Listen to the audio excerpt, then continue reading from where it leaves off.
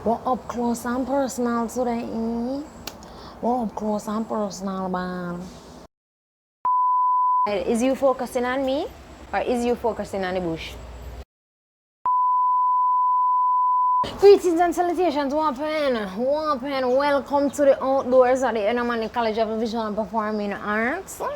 I'm Tora King and welcome to Golden Girl Ministries.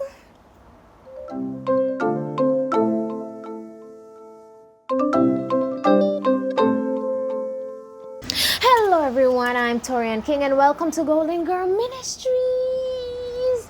This is the new scenery. I'm back in school. I'm on hall, on dorm, on campus, whatever you call it. You're probably hearing the things outside. You're probably smelling some weed through the camera. It's fine, it's strictly high grade, you know. Anyways, today I'm going to talk about anxiety. I remember distinctly whenever I got to school, it was really hard for me to initiate a conversation or to open up to people. So I'd go to school and I just wouldn't talk to anybody. But my friends would just understand that, you know, that's how I am. So they would say to people, it's okay, she's not a morning person, she don't tout yet, you know, type of thing. And, you know, when she's ready, she will talk to me. But I remember I had to make a decision. And I'm saying, all right, this is school, they're your friends. Why is it so hard? Why is it that I don't want to talk to them? Why is it that I feel like I just want to curl up in a corner by myself? But I understood that I couldn't do that because even though I didn't want to talk to these people were the reasons why going through school wasn't that bad.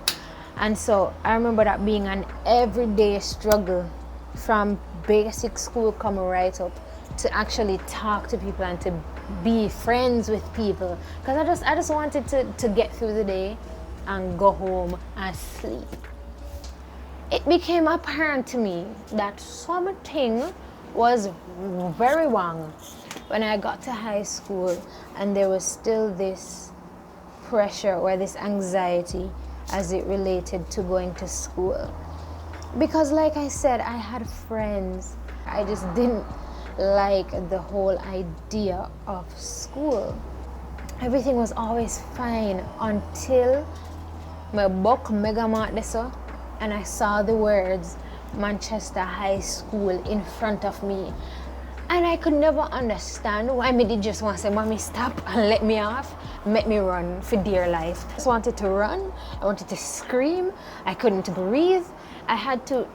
I learned the power of breathing from very, very, very young because I kept having to coach myself. It's okay, Tori, breathe, you'll be fine. This is something that just happens to you, you'll be okay. But I remember at every institution I've ever been to, the first day I go, it don't matter if I go in the middle of the term or what, God always send like these one or two persons that instantly become my friend and who have such big hearts. Every time I would go to school, as soon as I would get out of my parents' vehicle, just run, come on, Tori, hi. And I wouldn't get a chance to think about how I was feeling. And so even though that annoyed the absolute crap out of me because I didn't want to talk to anybody, I just wanted to sit and just. But I remember every institution I've been to, there have always been these people who just love me. And it's just people being nice, I've learned. And I don't know, but despite all of that, just the same, the idea of putting on a uniform and going to school unnerved me every time I saw the words Manchester High School. And I drove inside of that institution and went up the hill and saw everybody in their green uniform. I would panic. And it was just really, really hard for me. This whole school thing is really hard. I had to really do some introspection and find out, okay, what happened differently? What made me feel that way? Is it really that I had a problem with school? Is it social anxiety? What is it? And how do you cope with it? My first step in everything is that after you recognize it, give it to the Lord in prayer. I don't want people to underestimate the power of prayer, because it works. It helped to know that, all right, these people are my friends, and yes, they're nice to me, but there's somebody that is walking with me that understands exactly what I'm feeling, and the Holy Spirit can then whisper into my ear, I did not give you a spirit of fear, but of power, of love, and of a sound mind type thing. And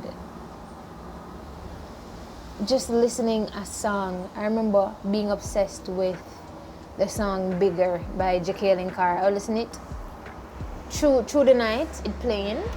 When I wake up in the morning, it playing. And it just playing because I had to attack the issue with God. And the second thing that I realized that I wasn't really doing, but God did it for me, was just having people around me that didn't allow me to sink into my depression or to be consumed with anxiety. And people who care for your well-being, and people who love you to the point where it sickens your stomach. Because it did sick me. I minute my go to school, sick of my own name, But it helped.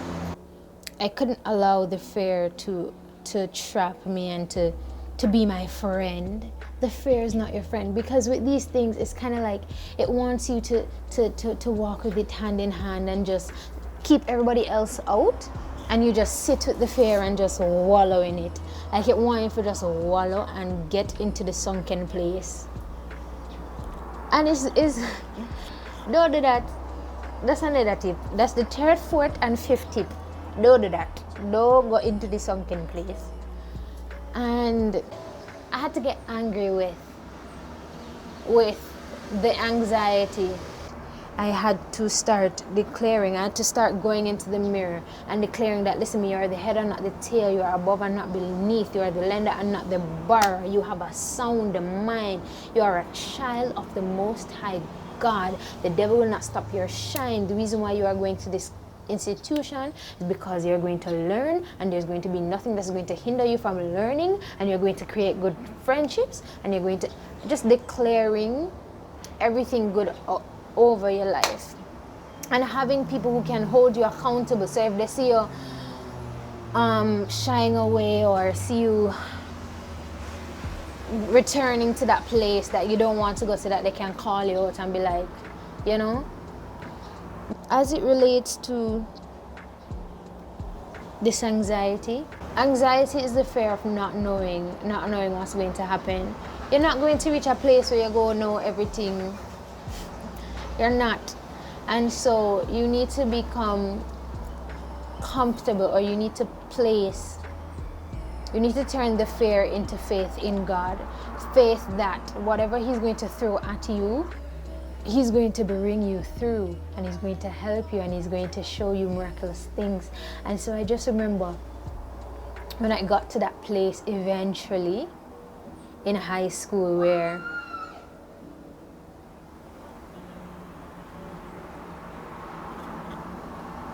I remember when I got to that place in high school eventually where I used to literally, because sometimes I think some of the pressure as well came from not being able to meet people's expectations.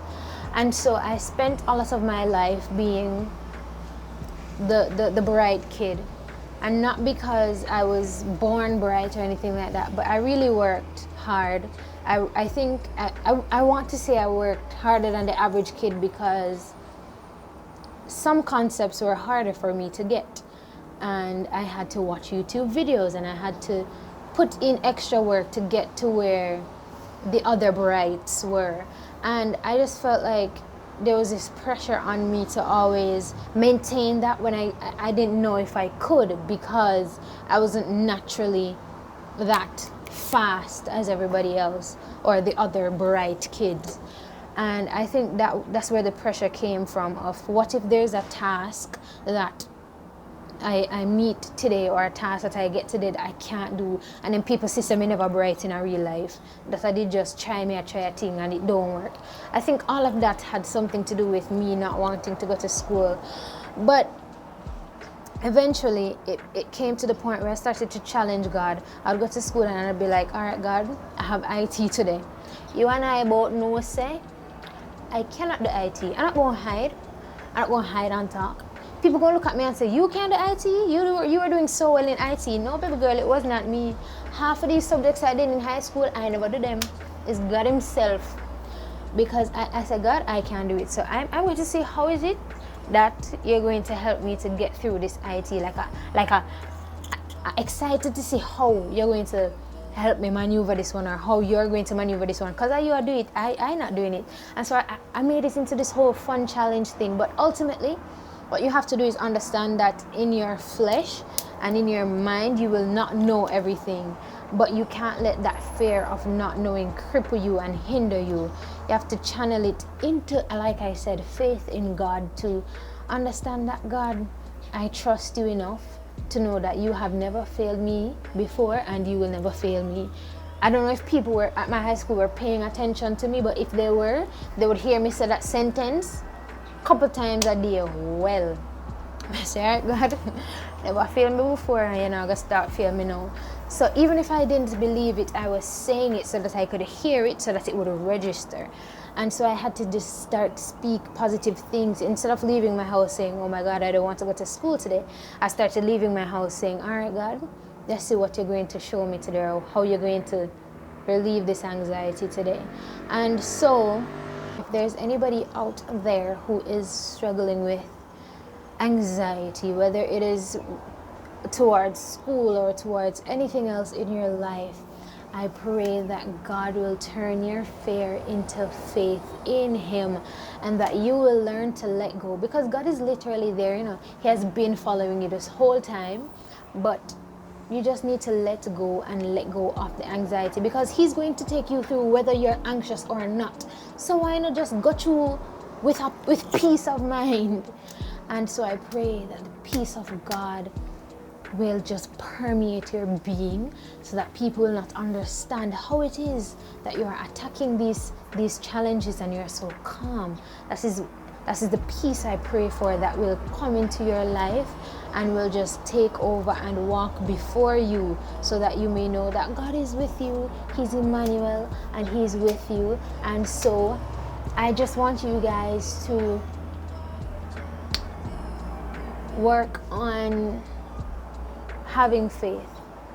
Find Bible verses, like I said, find Bible verses that will specifically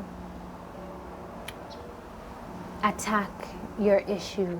Look in Hebrews full of faith. Read Romans 8, and just go through with peace of mind. It's literally that easy. You just go exchange. God, here's the fear. I take your peace. I thank you. And so that is it for today's video.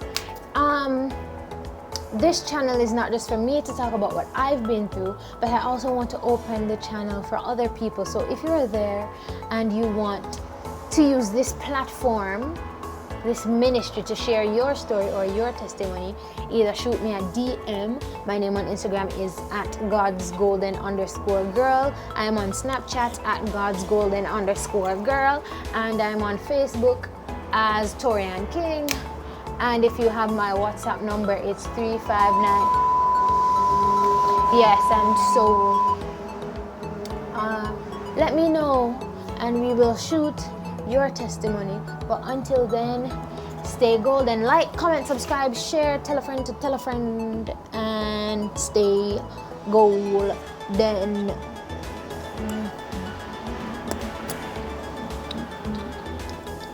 Oh yes, turn on the bell button so you know when I post.